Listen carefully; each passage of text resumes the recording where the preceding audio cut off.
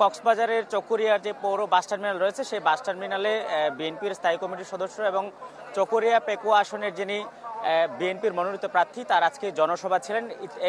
1 minute আগেই তিনি বক্তব্য শেষ করেছেন এবং সেই বক্তব্যে তিনি আসলে এই এলাকার মানুষের বিভিন্ন আকাঙ্ক্ষার কথা ব্যক্ত করেছেন এবং বিভিন্ন মানুষের যে বিভিন্ন দাবি দেওয়া সেইগুলো ব্যক্ত করেছেন, কথা বলেছেন বিভিন্ন বিষয় নিয়ে। আমরা চকরিয়ার যে মাঠ রয়েছে সেই মাঠে দেখতে পাচ্ছি যে এখানে মূলত দুপুরের পর থেকেই লোকজন বিভিন্ন জায়গা থেকে আসতে শুরু করে।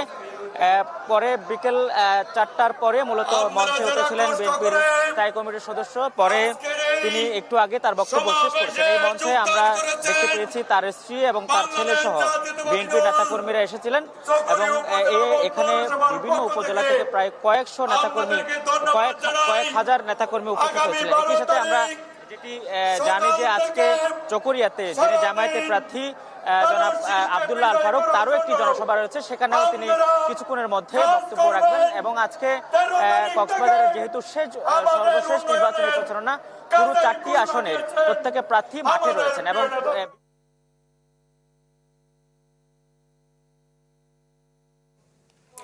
দর্শক, কক্সবাজারের নির্বাচনী জনসভায় কথা বলছিলেন সালাউদ্দিন আহমদ। পরে সে বিষয়ে বিস্তারিত জানাচ্ছিলেন সহকর্মী আজিম নিহাদ।